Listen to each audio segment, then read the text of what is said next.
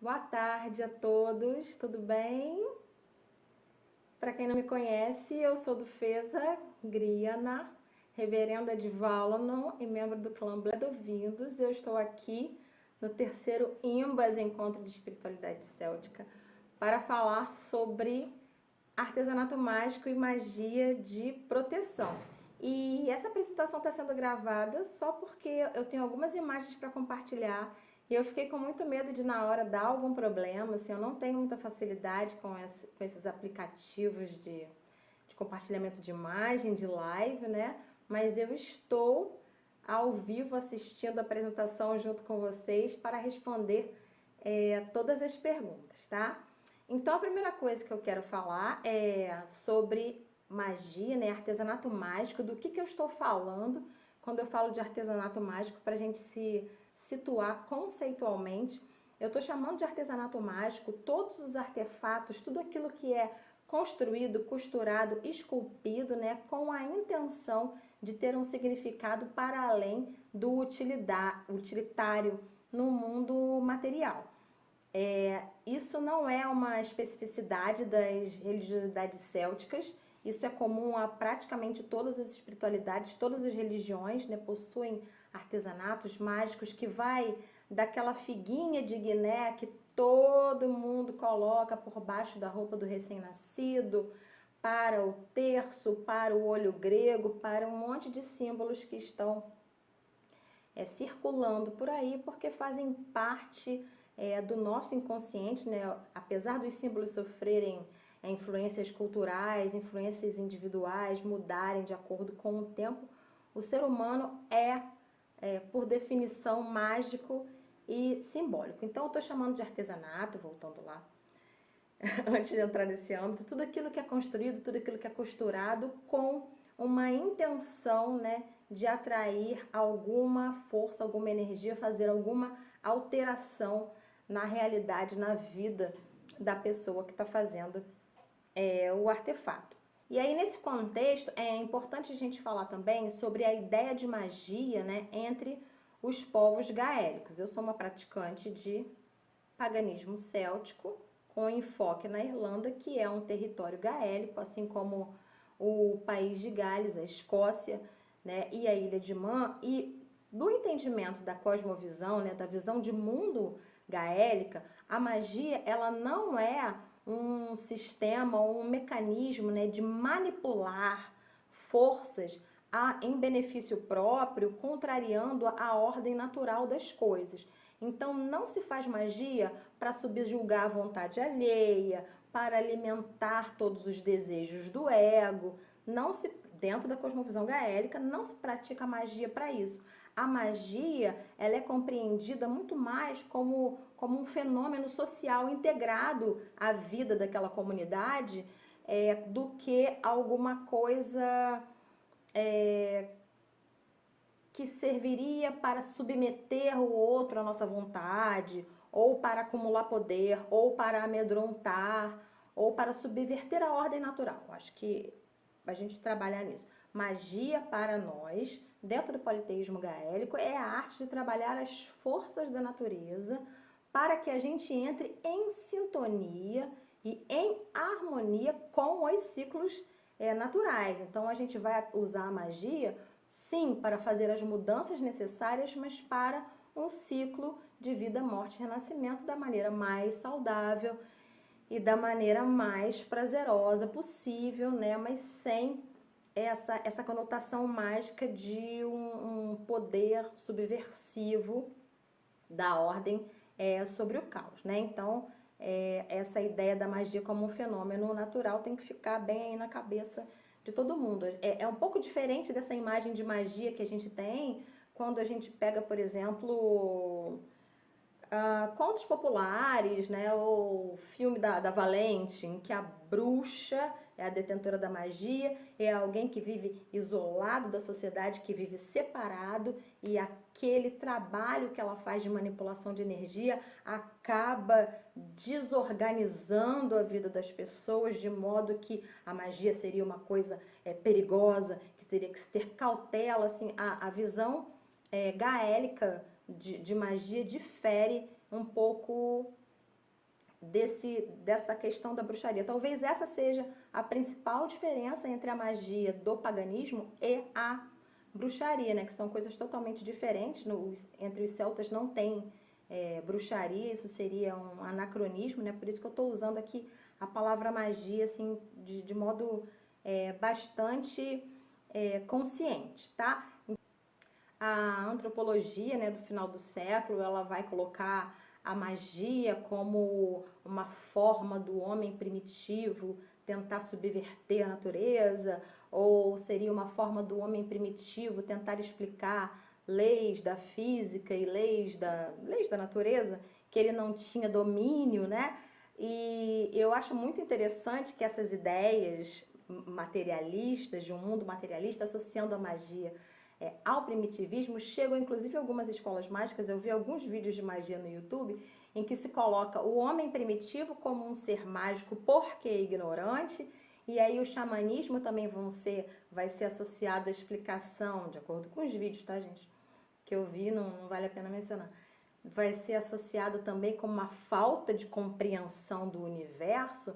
Então o homem, ele cria o xamanismo porque ele está ligado à memória dos seus ancestrais, mas porque ele também não consegue compreender a natureza. E aí passa-se assim pelo Egito como um estado teocrático, supra-religioso, né, em contraposição a uma Grécia que surge do nada, desconectada do ramo indo-europeu. A Grécia pula do buraco no chão, extremamente racional, e aí coloca um sistema mágico todo simbólico da Grécia, que só pertenceria à Grécia, como sendo uma magia válida. É impressionante como esse pensamento é recorrente na internet e como ele é cercado de um absurdo de bobagens e preconceitos acerca do xamanismo do homem primitivo do Egito, e supervalorizando a Grécia, como se a Grécia também não fosse um estado completamente mágico e simbólico e cheio de magias na sua vida cotidiana. Esse parênteses aqui é só para a gente situar a magia do paganismo gaélico, né, dos artefatos mágicos que eu vou falar agora, de alguma das magias de proteção que eu vou falar agora, que estão dentro desse contexto. Quem seria eu para falar de artefatos mágicos de modo geral? Eu estou falando dentro desse recorte que faz parte da minha prática, né, que a gente entende, sim, que o homem primitivo era um ser mágico, né, e quem me ensinou isso não foi a antropologia, também não foi Valanon, também não foi o Bledovindos, também não foi o meu tempo de Wicca. Quem me ensinou isso foi a Escola de Belas Artes, aonde nós aprendemos que na pré-história o ser humano se configura como ser humano a partir do momento em que ele se vê num mundo mágico e simbólico, não por ignorância, né? A primeira arte que nós construímos, e a arte é uma das principais diferenças do ser humano para os outros animais, né? Essa capacidade de fazer arte, a gente faz a arte para tentar capturar o animal que representa o sustento. Isso não é uma subversão da força da natureza.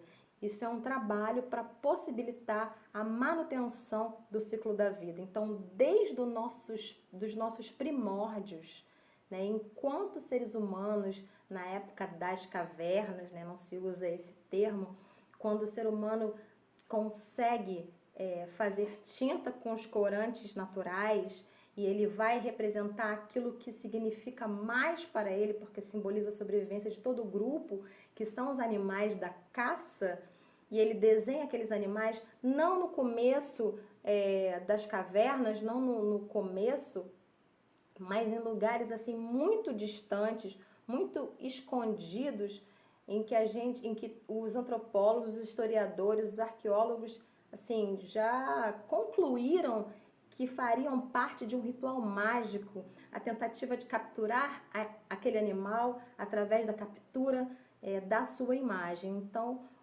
a magia do politeísmo está muito ligada a essa magia por assimilação, por semelhança.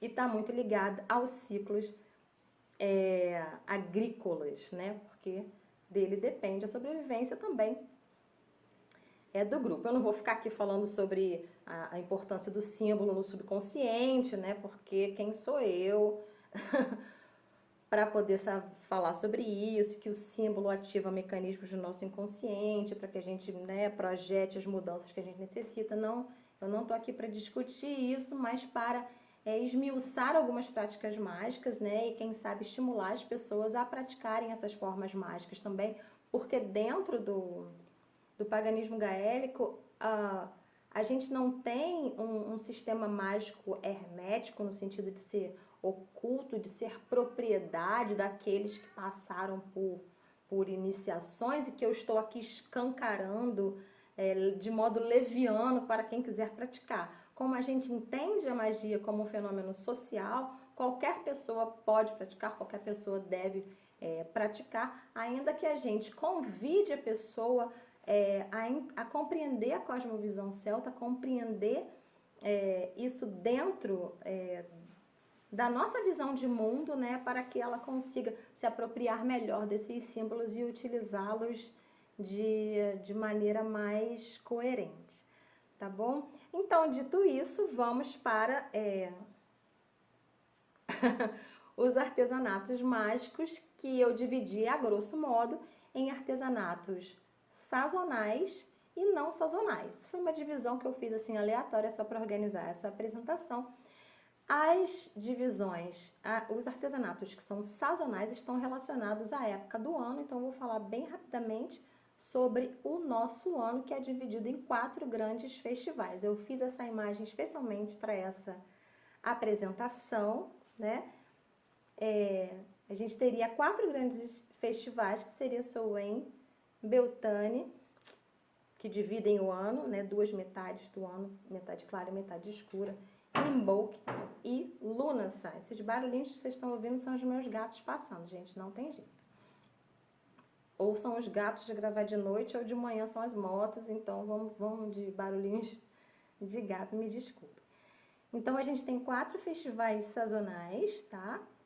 Que são do nosso calendário próprio, né? E nós dividimos o ano em uma metade clara e uma metade escura. Por favor, não interpretem metade clara como metade boa e metade escura como metade ruim. Isso está relacionado à luminosidade natural, né? Que a gente tem mais quando está mais próximo do Sol, a gente tem menos quando está menos próximo do Sol. Por isso existem as estações do ano, né? Então, os povos célticos dividiam o ano numa metade clara e numa metade escura, como você pode ver nesse gráfico aqui que eu fiz rapidamente, tá? O nosso ano começa na metade escura, ele começa no Samhain, né? E agora nós estamos no Imbolc. Então, para falar dos artesanatos, eu vou começar a falar do Imbolc, porque é a época em que a gente está agora. O Imbolc é a data que é celebrada no dia 1º de agosto, tá? Aqui no hemisfério sul, dia 1º de fevereiro no hemisfério norte. A gente está falando de uma religiosidade que veio do hemisfério norte, mas como ela está relacionada ao ciclo da natureza, nós transportamos essa data para o que está acontecendo na nossa natureza na época que seria essa data no hemisfério norte, né? Ninguém vai chegar aqui em pleno inverno e ficar celebrando o verão, porque não faz sentido, já que eu estou falando de uma espiritualidade que está conectada com a natureza, tá? Então, a gente tem datas diferentes no hemisfério sul e no hemisfério norte. Voltando aqui à imagem do nosso calendário, o nosso ano começa no dia 1º de maio, que é o Samhain. No dia 1º de agosto, nós temos o Imbolc. No dia 1º de novembro, celebramos o Beltane, que começa a estação clara do ano, né? Ou o início do verão, a grosso modo. E o Lughnasadh no dia 1º de fevereiro, né? E todas essas datas estão associadas aos ciclos agrários que a gente tem notícia da Irlanda medieval através do trabalho dos folcloristas, através do trabalho dos historiadores, né? Que muito provavelmente tinham um entendimento de natureza muito próximo dos celtas da antiguidade, né? Então, gente, eu estou falando assim de resquícios de uma religiosidade que não deixou escritos, né, mas deixou essas práticas muito presentes no folclore e estão presentes e vivas até os dias de hoje, logicamente com com diferenças, com acréscimos, com modificações, né? Se você pegar lá a Invenção das Tradições do Eric Hobsbawm, você vai ver que uma tradição para ser viva, ela precisa dessa mudança de símbolos. Não estou falando que os celtas faziam exatamente como a gente vai fazer, mas eu não tenho aqui nenhuma intenção de ficar dando referências bibliográficas, de fazer trabalhos acadêmicos, mas para mostrar artesanato mágico na prática.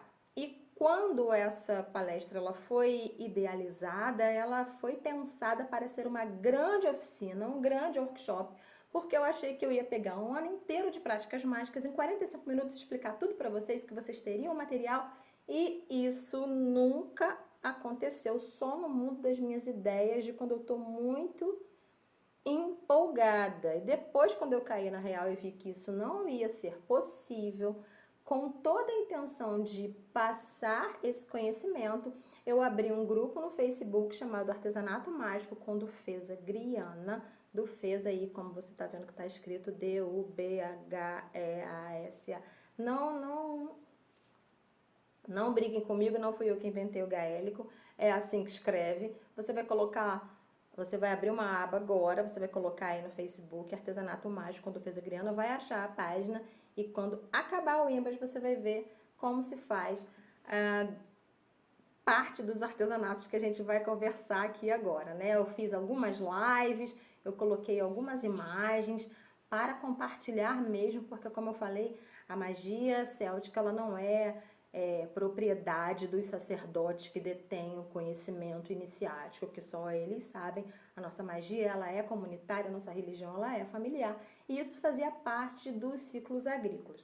É muito interessante observar, né, que nessa Irlanda rural, que mantém essas práticas célticas, mesmo em tempos cristãos, mesmo até hoje, o trabalho físico da lavoura, do plantar, do ver as primeiras mudas, separar os animais, colher e se recolher, esperar a natureza voltar, esse trabalho, esse labor do mundo material estava associado ao mundo mágico. Então a gente trabalha para conquistar os nossos objetivos e recorre à magia. Ninguém ficava deitado na cama olhando para o teto esperando as coisas acontecerem num estalar de dedos, né?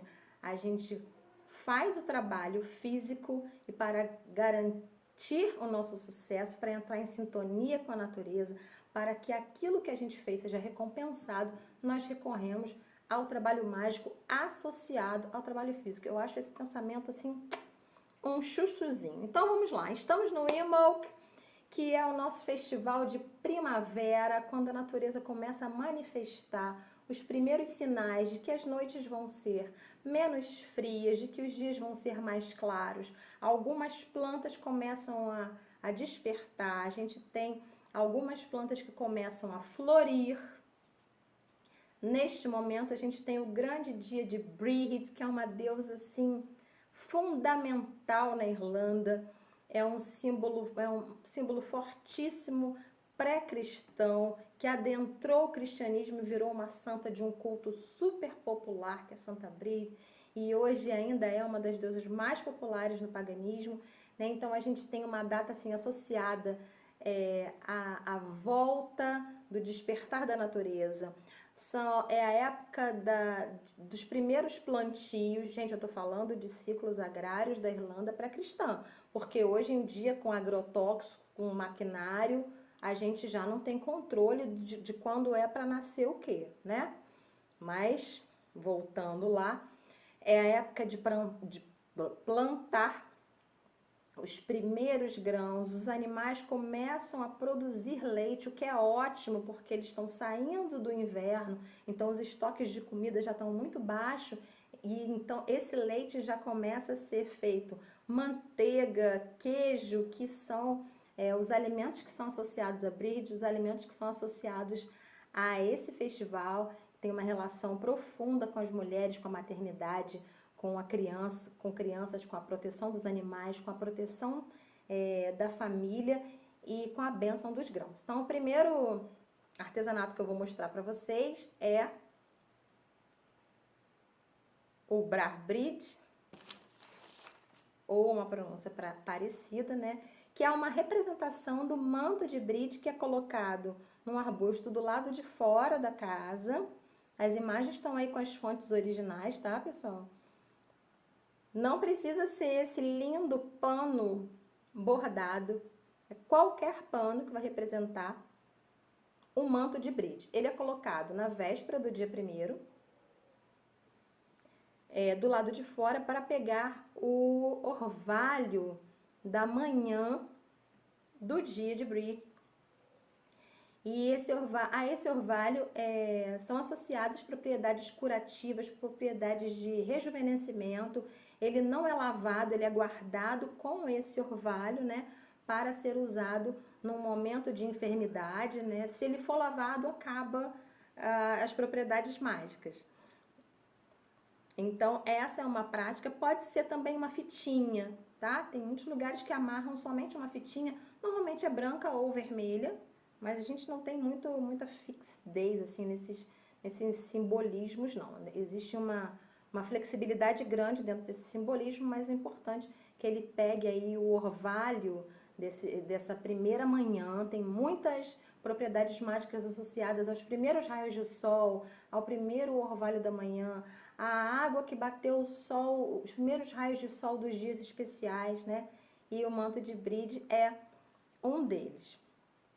Tá? Eu acho que esse é o festival que mais tem artesanato mágico. O próximo que vocês estão vendo aí são as bridjogs, são as pequenas brides, que são essas bonecas. Essa é minha bridjó de 2015 e eu com a minha bridjó de 2018 no colo. Há uma crença de que no Imbolc bride passeie, né? Bride visite a casa dos seus devotos, levando as suas bênçãos. Então, quando a gente estava lá na época rural, lá na época comunitária, uma boneca representando o bride saía em procissão, batendo de casa em casa, né, simbolizando a própria bride, levando as bênçãos para todas essas famílias, para todas essas pessoas. Então, hoje a gente não tem mais isso. Se eu bater na porta da casa da minha vizinha com essa boneca, ela vai ficar bastante assustada comigo, mas eu faço a bridjó para proteger a minha casa, para representar a bride. Vou até a parte de fora, vou até a varanda e dou as boas-vindas à bride, que bride é bem-vinda. Dou a volta no sentido anti-horário, que é o sentido do sol. Nosso sol gira anti-horário. E entro com essa bonequinha que fica na minha casa até o próximo Imbolc, quando ela vai ser incinerada e vai dar lugar a uma nova bridjó. Então, vou mostrar mais uma.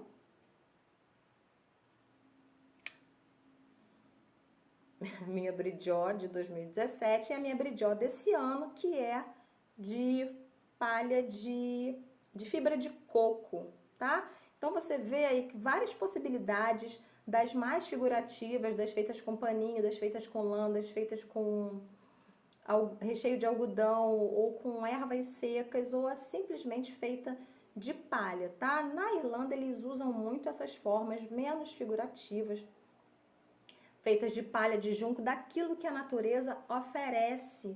Nossa magia, como ela é ligada aos ciclos agrários, como ela é ligada à zona rural, ela é feita de coisas muito simples, porque as pessoas não tinham tecidos e lãs para ficar usando nos artefatos. Aquilo que sobrava da colheita, ou a casca de algum vegetal, como a casca do milho, por exemplo, ela seria o artesanato a ser confeccionado. Eu vou falar do milho mais tarde, quando a gente chegar lá no Lunas. Então, aqui eu tenho umas imagens de bridjós irlandesas que eu peguei aleatoriamente na internet, né?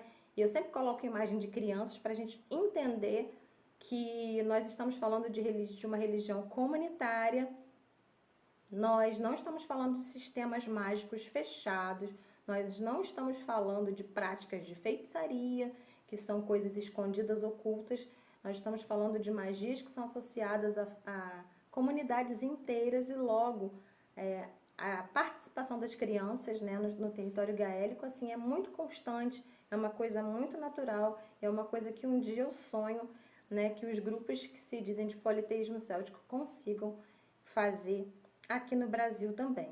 A gente tem esse outro artefato, que é Krios Bridge. A fonte das imagens está aí. Que é um cinturão e podem ser amarradas cruzes de diferentes materiais, são amarradas cruzes ou fitas coloridas, em que todo o grupo passa por esse cinturão num sentido assim de purificação, né, das energias do inverno. Então eu achei muito interessante essa porta do Museu da Bruxaria e Magia na Inglaterra, em que eles colocaram o cinturão amarrado em volta da porta, né? Então, num dia assim do festival de um ritual, isso é um cinturão grande, né? Uma corda grande em que todo mundo passa por dentro e tem essa característica de purificação. Eu vejo muitos pagãos, muitos pagãos, celebrando a colheita no Lunasa, mas não plantam nada, ou se esquecem de que o Imbolc é a época do plantio. Você vai colher o quê? Você não plantou nada, né? Então é nesta época que se faz a consagração dos grãos. Eu estou mostrando para vocês aí fotos de sementinhas de coisas que eu como durante o ano ou próximo ao Imbolc que eu guardo para plantar. Mas, gente, a gente está trabalhando com simbologia, né? Então, é a consagração consagração no sentido de chamar as bênçãos, né? A época de pedir bênçãos e de chamar as bênçãos para qualquer projeto, para qualquer plano, para qualquer sonho que esteja sendo aí configurado, né, na nossa vida, tá? Então é a época também da consagração dos grãos. A Crozog, ou a Cruz de Bridge, ela tem esses vários formatos, tá? É um artesanato mágico que serve para proteger a porta de casa e proteger a lareira, proteger mulheres que estejam grávidas ou no puerpério, ou amamentando, ou recém-nascidos.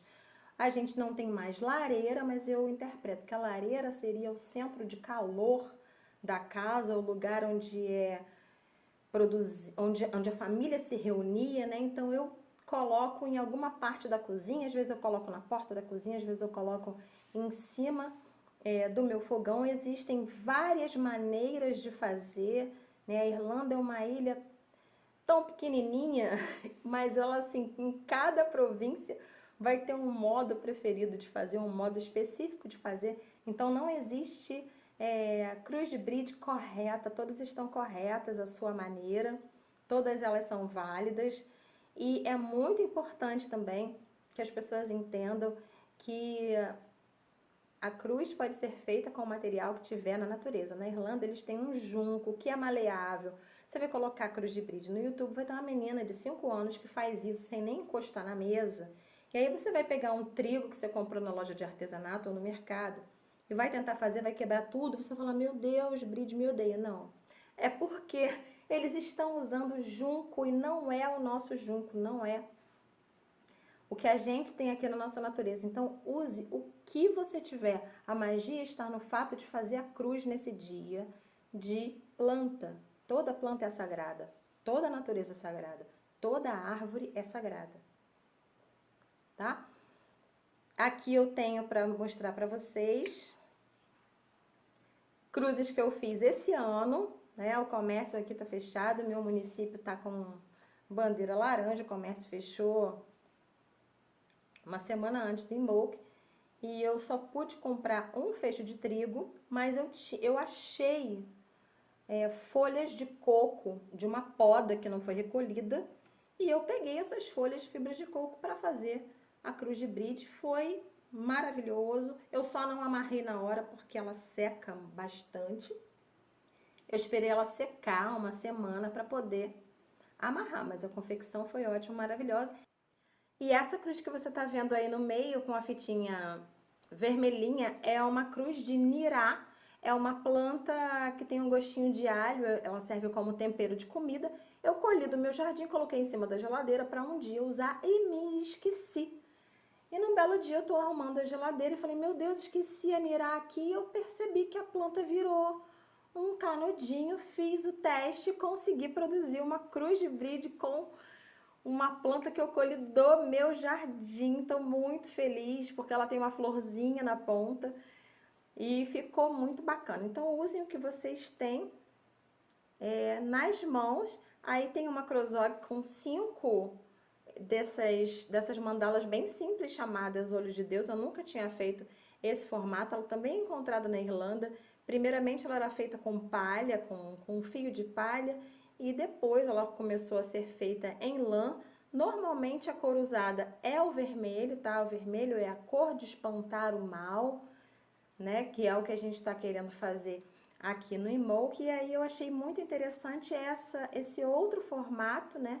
Em volta desse círculo, que é só para mostrar quantas variedades de cruzes a gente pode usar. E aí a gente tem essa bonitinha aqui, que é a Jalof, ou Jalif Breed, que significa ícone de Bride, que também é uma bonequinha, diferentemente da Bridjó, que era uma boneca maior e que saía em procissão, que normalmente era uma Bridjó comunitária, né, que ficava em um lugar só representando toda aquela comunidade. A Javi, ela é menorzinha e ela fica deitadinha numa cama, tá? Então ela é a bonequinha que deita na caminha. Então é um outro artesanato relacionado ao Imbolc, fazer uma pequena boneca e colocá-la para deitar. Normalmente essa boneca ficava repousada em cima da lareira para abençoar relacionamentos amorosos, para abençoar casamentos, né? Ela também podia ficar junto a um bastão, que seria o bastão que ela disputa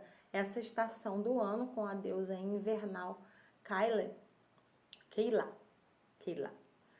tá? Aí tem 2 fotos de divas muito bonitinhas, né? Uma do Thaíris, porque, gente, esse artesanato é para ser divertido, é para ser feito com crianças, é para juntar um mulherio numa mesa, com retalhos, com gravetos, e produzir um momento de alegria com esse artesanato mágico, né? E a outra tá deitada até num cestinho de pão. Cestinhos de pão são muito comuns também para confecção desse artesanato. Eu peguei algumas na internet. Essa aqui é a caminha que eu fiz para mim esse ano. Ela também foi feita com a fibra de coco. Eu nunca tinha mexido nesse material na minha vida e consegui fazer uma caminha. Gente, estou muito feliz. E aí tá a minha bridinha, feita com tecidos, feita com lã, feita com diferentes retalhos que eu tenho aqui. O material é secundário, confeccionar é que é o importante, tá?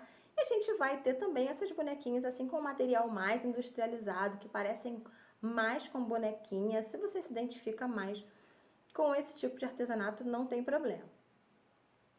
Mas não é necessário nenhum tipo de habilidade artística especial para fazer artesanato mágico, tá? Então, estamos saindo do inverno, os dias estão ficando mais luminosos, o leite volta para os animais e é tempo de plantar as primeiras sementes.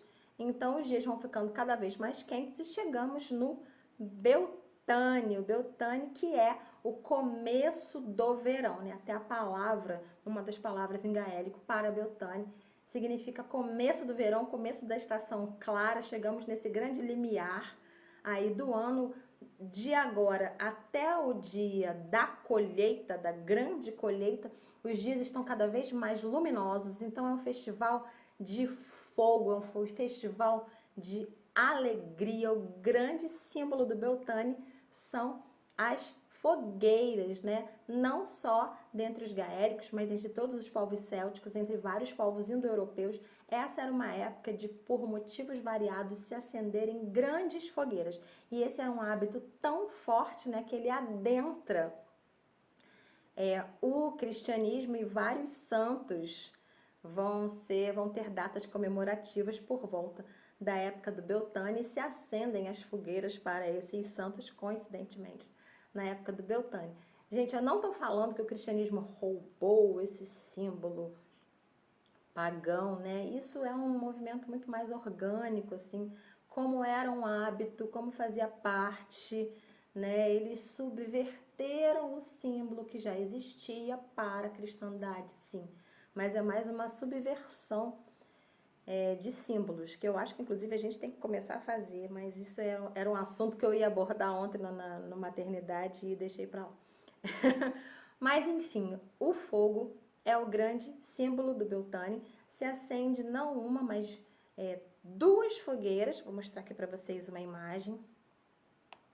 Essa aqui da tese da doutora Rebeca, que mostra essa dupla fogueira para que se passe no meio com o objetivo de purificação, de eliminar assim as últimas energias da estação escura, da estação do recolhimento, que tem a ver com estagnação, né? Então é a comemoração do verão, né? E na contemporaneidade a gente tem muitas danças relacionadas ao fogo, danças e malabarismos com fogo estão relacionadas ao Beltane. E quais são as práticas mágicas relacionadas ao Beltane? A gente tem uma figura assim, muito importante no Beltane, que é a Rainha de Maio, né? No hemisfério norte essa data é a data do dia 1º de maio, para nós aqui é 1º de novembro. Então a gente tem a coroação dessa Rainha de Maio, que seria o símbolo da própria terra, da própria natureza. Ela não é uma deusa em si, né? Uma figura mais medieval, talvez representasse alguma divindade que se perdeu. Ela hoje é uma figura como é o Green Man, né? É uma figura que é mais usada na encenação. Essa, inclusive, é da encenação de Edimburgo, mas eu trouxe só para mostrar a questão das flores, do florescer. Ramos de flores amarelas são colocados na entrada das casas, nas portas das janelas. A flor amarela é um forte símbolo do Beltane, né? 3 dos povos que invadiram a Irlanda chegam à Irlanda no Beltane, de acordo com Lebor Gabalaeren. Inclusive os milesianos, que são seres humanos, né? Eles vencem a Tuatha Dé Danann, nosso povo mítico, em um Beltane. Então ela é uma data assim de chegadas, de novos empregos, de novos começos, de empreendimentos, de chegadas, de surpresas, e que a gente comemora esse sol brilhante que a partir de agora vai ficar cada vez mais quente. A hospitalidade e a gentileza, elas são muito importantes dentro da cultura céltica. Não se recusa abrigo, não se recusa comida para ninguém que bata a sua porta. Tem várias práticas folclóricas relacionadas a incluir uma pessoa que está passando na rua, chamar uma pessoa que está passando na rua para participar do banquete, que esteja passando ao acaso, né? Menos no Beltane. No Beltane, as práticas mágicas estão relacionadas à proteção da prosperidade. Então, nesta data, não se dá abrigo, não se dá comida, não se dá carvão para esquentar a lareira de ninguém. Todas as práticas são relacionadas a proteger a prosperidade, a manter a prosperidade naquele lar. É a proteção da prosperidade, a feitura da manteiga, é a segunda leva de grãos que está sendo plantada. Calor, verão, não é a hora de casar. Tá? A Francine Nicholson, que os deuses a tenham, um lugar bonito, ela vai dizer que esse aumento da energia, esse aumento do crescimento das plantas, dos pastos e dos animais, vai se refletir na vida sexual dos jovens, né? Essa energia de abundância, essa energia do fogo e do calor. Então, era comum que existissem encontros rápidos, que existissem relacionamentos breves. Então, era considerado azar se casar no Beltane. Até porque, dentro da ótica rural, era a época em que as primeiras mudas do Imbolc já estavam crescendo, já tinha se passado 3 meses, né? Então a família fazia essa purificação de todos os animais domésticos, das pessoas entre essas 2 fogueiras, e logo depois eles iam se separar. porque parte da família ia cuidar dos animais e a outra parte ia continuar no plantio. Por isso era comum ter duas casas. Shova Daltai falou ontem sobre... Qual é o nome da... Vou falar Flidais, mas não é. Que tinha duas casas. Eu não domino do gaélico, gente, desculpa. Que tinha duas casas, que ela era casada e eles tinham duas casas, porque isso era uma prática comum, porque chegava um momento em que era necessário separar os animais das primeiras mudas, né?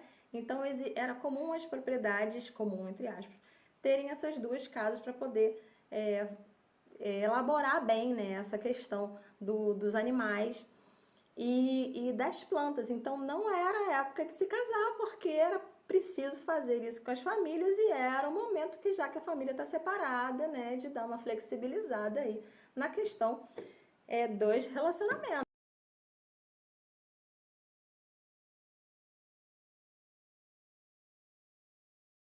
Gente, quando estiver ficando mais frio, aí a gente estabelece os casamentos, que é para no inverno ter a cama quentinha, tá? Então, guirlandas também são um símbolo bem comum do Beltane. Eles vão usar algumas plantas específicas, né? Como as flores do espinheiro branco, como as calêndulas, como as prímulas, mas qualquer flor amarela, ela é símbolo de Beltane. A gente só tem uma planta específica, que é a flor do verbasco, que ela era usada para recuperar a prosperidade roubada. Então, como era uma época de manter as prosperidades, também tinham várias práticas de se tentar roubar a prosperidade de alguém, né? E o verbasco seria a planta que cortaria, né, esse tipo de magia sobre a qual você estivesse com influência, que é essa bonitinha que eu tô mostrando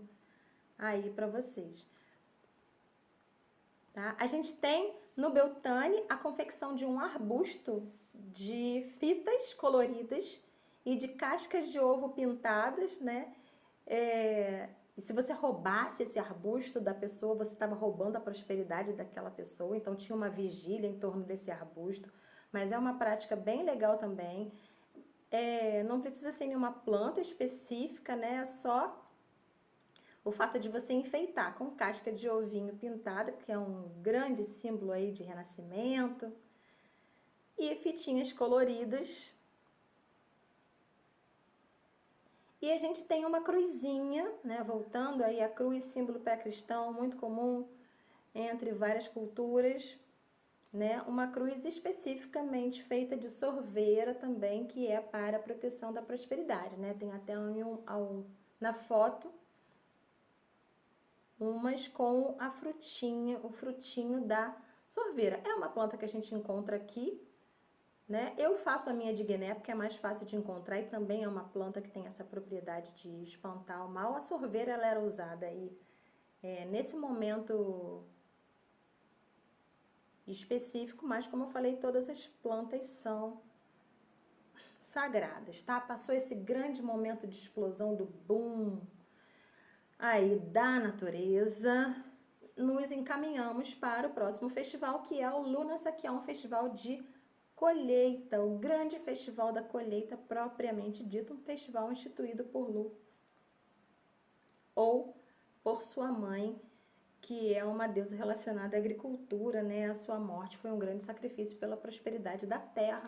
Então a gente tem toda uma relação dessa data com a colheita, né? Com receber o fruto, né, do trabalho. Então essa primeira imagem que eu trouxe aí são bonequinhas de milho. Eu falei que ia voltar a esse assunto do milho. Quando a gente estivesse falando sobre o Lunasa, tá? O milho não é um alimento natural da Irlanda, da Europa, tá? E a gente vai ver muitos livros falando de tradições célticas e falando do milho. Na verdade, isso trata-se de um erro de tradução, porque corn é a palavra para milho, mas que também significa qualquer grão, qualquer cereal. Como no nosso imaginário o milho, né, é muito presente, é muito importante dentro da nossa cultura guarani, né, para os nossos indígenas, para as culturas latino-americanas, a gente acaba interpretando como milho, mas virou um símbolo, né? O milho chegou até lá e virou um símbolo também desse alimento, desse ciclo agrícola. Então, a gente usa hoje sim o milho associado ao luna, você não tem problema nenhum, ninguém vai morrer por causa disso, tá? Tem esse pessoal que faz esse artesanato incrível, essas trancinhas assim que eu não faço a menor ideia de como é que eles conseguem, que são as bonecas de cereal, tá? Mas você pode fazer simplesinha que nem esse modelo que você tá vendo aí à direita. É uma bonequinha também que simboliza a prosperidade. Então, gente, a cada 3 meses, esses amuletos são refeitos e eles ajudam o que foi feito há 3 meses atrás a manter a proteção de prosperidade, de energia, de saúde daquela casa, daquela família. Eu gosto de pegar um feixe de trigo, dar um lacinho e essa é minha corn doll de luna, tá? Eu não faço bonequinha, não. Eu deixo essa bonequinha mais pro Imbolc por questões pessoais minhas. E a feitura do pão. Você fazer um pão, não existe uma receita específica. Você fazer um pão nessa data também é um símbolo da prosperidade, né? O fazer o pão dar certo e dividir o pão seria aí o grande simbolismo dessa colheita. E a gente tem guirlandas, nessa época também eram feitas guirlandas, provavelmente porque fez a colheita, né? Terminou a grande colheita, deve sobrar um monte de bagaço, deve sobrar um monte de palha disponível na natureza e confecciona-se guirlanda. Aliás, gente, se confecciona guirlanda em qualquer época do ano, né? Europeu adora uma guirlanda. Mas a gente tem, assim, no Lunas, assim, muito especial a guirlanda da porta de casa ou a guirlanda que era colocada na pedra pilar do limite, né? Então, tinha uma pedra, assim, nos limites da casa, na frente da propriedade, e essa pedra era coroada, recebia uma coroa de flores, tá? E pelo mesmo motivo de material em abundância, a gente vai ter a corrente de casca de milho para enfeitar a casa, a gente vai ter práticas assim menores e modernas e que também são bem bacanas, porque vão simbolizar essa recompensa por todo o trabalho que precede o Samhain, que é o período de recolhimento. A gente já tem aí um declínio da luz, estamos caminhando para o inverno no dia 1º de maio, estamos caminhando aí para o retorno da estação escura, que é o nosso ano novo, que é uma data mais solene, é uma data mais reflexiva, porque as famílias se preparando para o inverno, né? O inverno, a gente não tem noção do que é o inverno.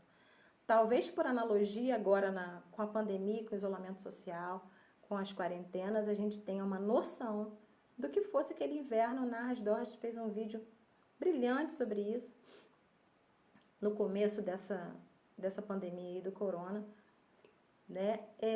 As pessoas não sabiam se iam sobreviver, então elas tinham que ter um preparo muito grande, elas tinham que ter estoque de comida, elas tinham que refazer o telhado de casa.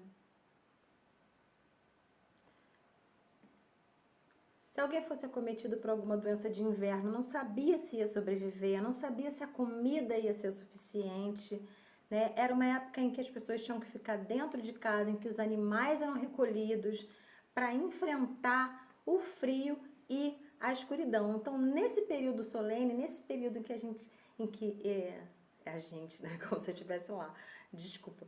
Nesse período em que a dificuldade era certa, a gente precisava chamar os nossos ancestrais, a gente precisava chamar para perto da gente, né?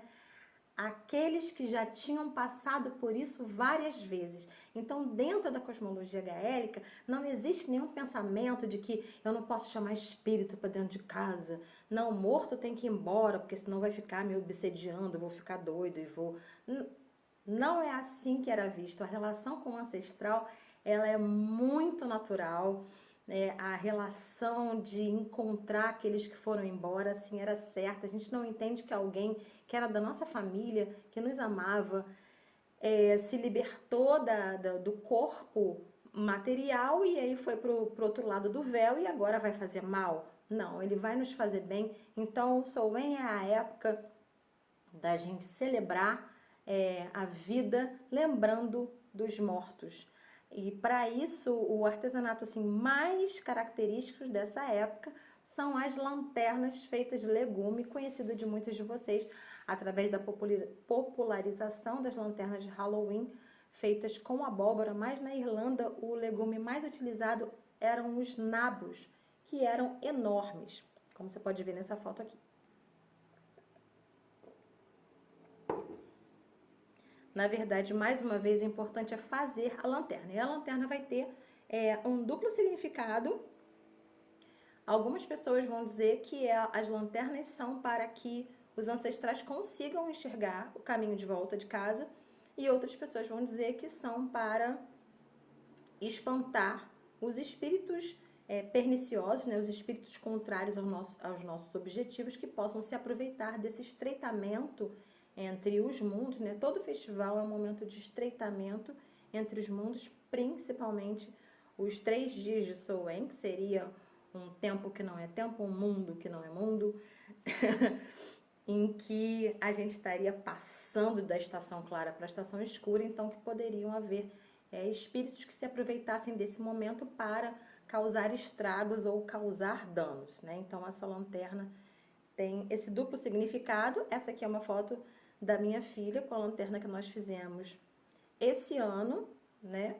Por motivos de coronavírus, eu quis colocá-la para confeccionar a lanterna junto comigo e ela foi feita com melão, né? Que é uma fruta super macia. A lanterna ficou linda, foi fácil de manipular. O cheirinho quando queima a vela dentro é gostoso e eu acho que ela cumpriu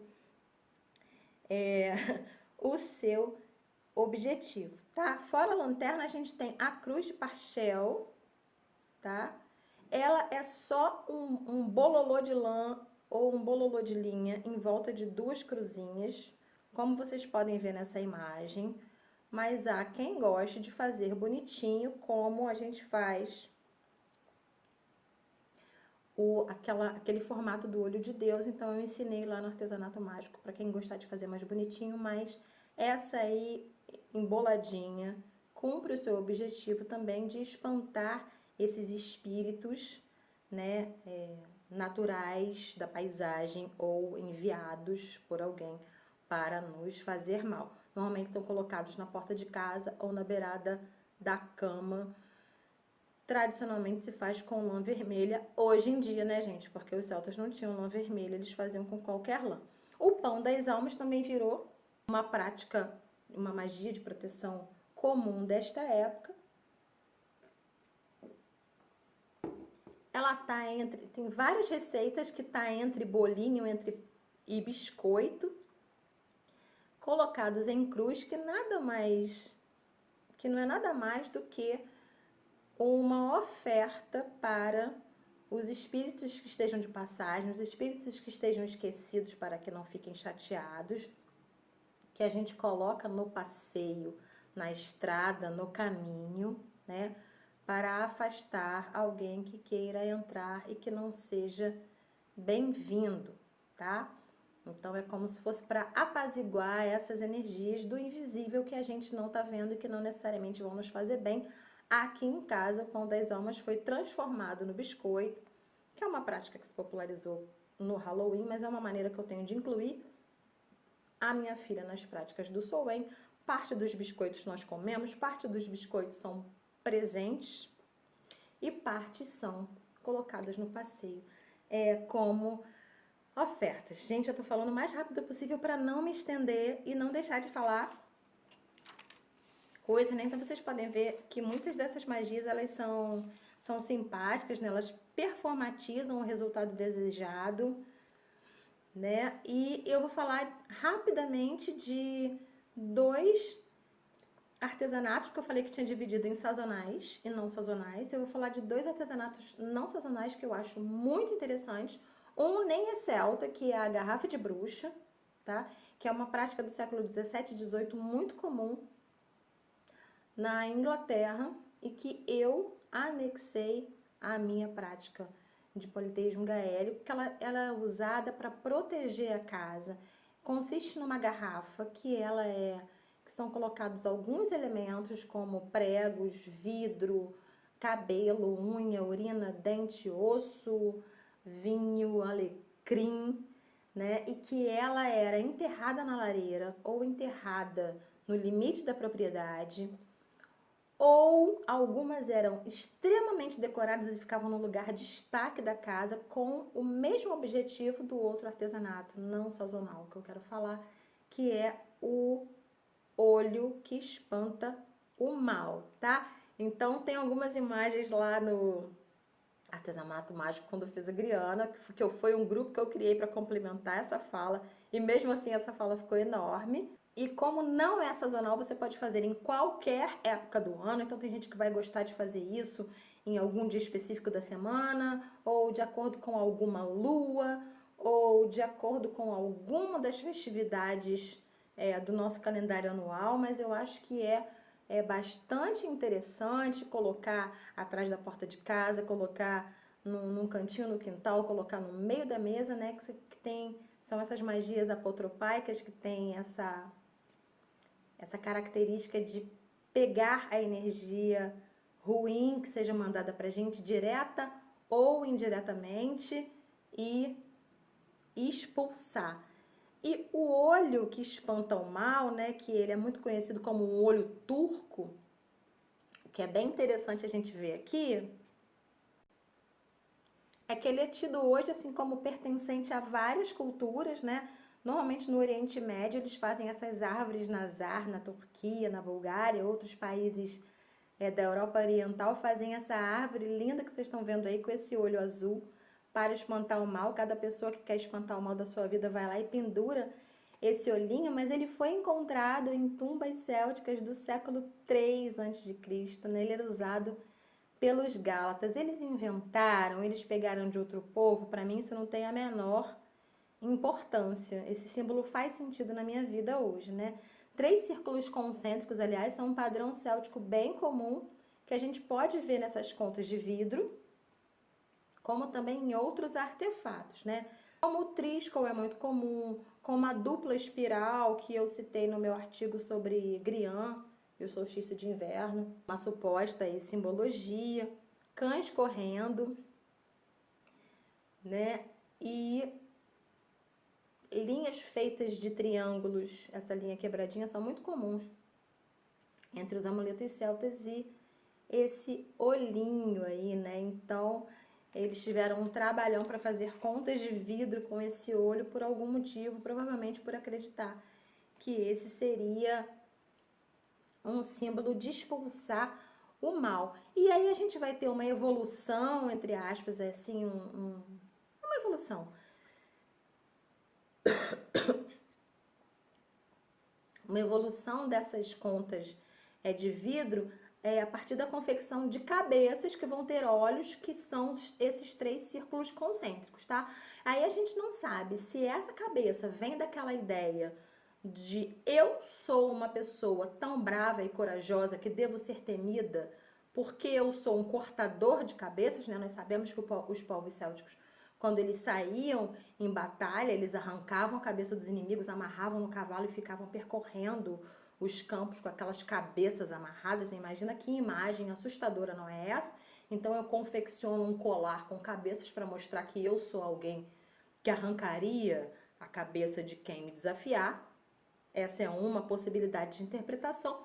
Ou então ela já seria a representação de alguma divindade, porque a gente tem, da mesma época aí, entre o século 3 e 5 a.C., essa representação de ouro, de uma cabeça com uma dupla face que parece, me lembra, uma gravura de pedra de uma representação de Lugos da Península Ibérica que eu vi na palestra de Lucas Pinto sobre os celtíberos no EBDRC desse ano. Então a gente fica com essa dúvida, mas o fato é de que pequenas cabeças também são, né, confeccionadas para se colocar aí nesses colares que eram usados e foram encontrados em tumbas do século III.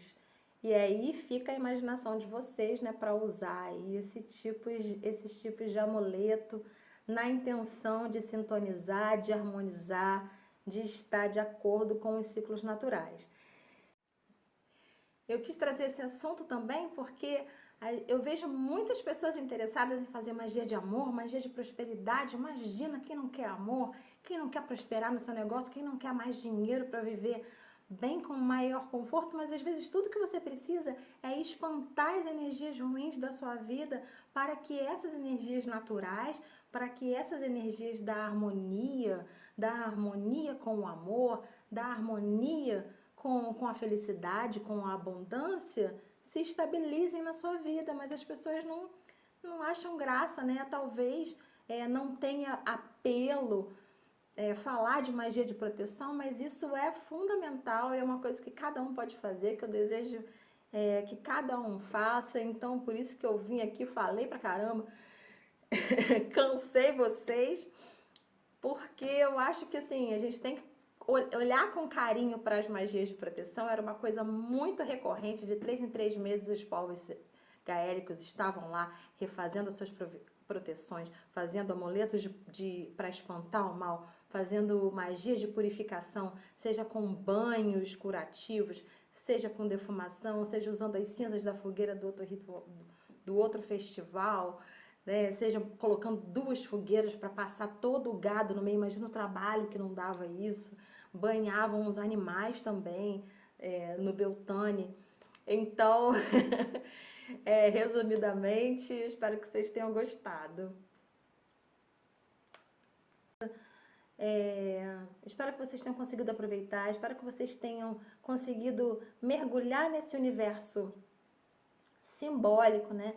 E compreender que quando eu estou falando de magia dentro do contexto do paganismo céltico, eu estou falando de celebrar os ciclos da vida, porque todas essas práticas, elas estão associadas ao nosso calendário anual, que celebra não a agricultura, porque eu não planto nada, não a criação de gado, porque eu só tenho gato, que não dá para comparar, né? Ela está celebrando o ciclo de nascimento, morte e renascimento que faz parte da vida de todos nós, né? Desde o momento em que a gente nasce até o momento em que a gente morre, nós nascemos, nos desenvolvemos, morremos e renascemos muitas vezes. Eu não sou a criança que eu fui, eu não sou a adolescente que eu fui, eu não sou a jovem que eu fui, e daqui a um tempo eu não serei essa pessoa que está falando aqui.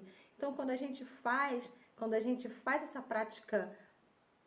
essa prática mágica, o que a gente está fazendo é tentando restabelecer a ordem sobre o caos. A nossa prática mágica, ela está ligada a garantir o sucesso do nosso trabalho. Ela não está ligada a subverter a ordem natural, ela não está ligada a desviar do trabalho, né? A nossa religião é uma religião que nos convida a trabalhar, a nos colocar junto ao trabalho, junto àquilo que é cotidiano.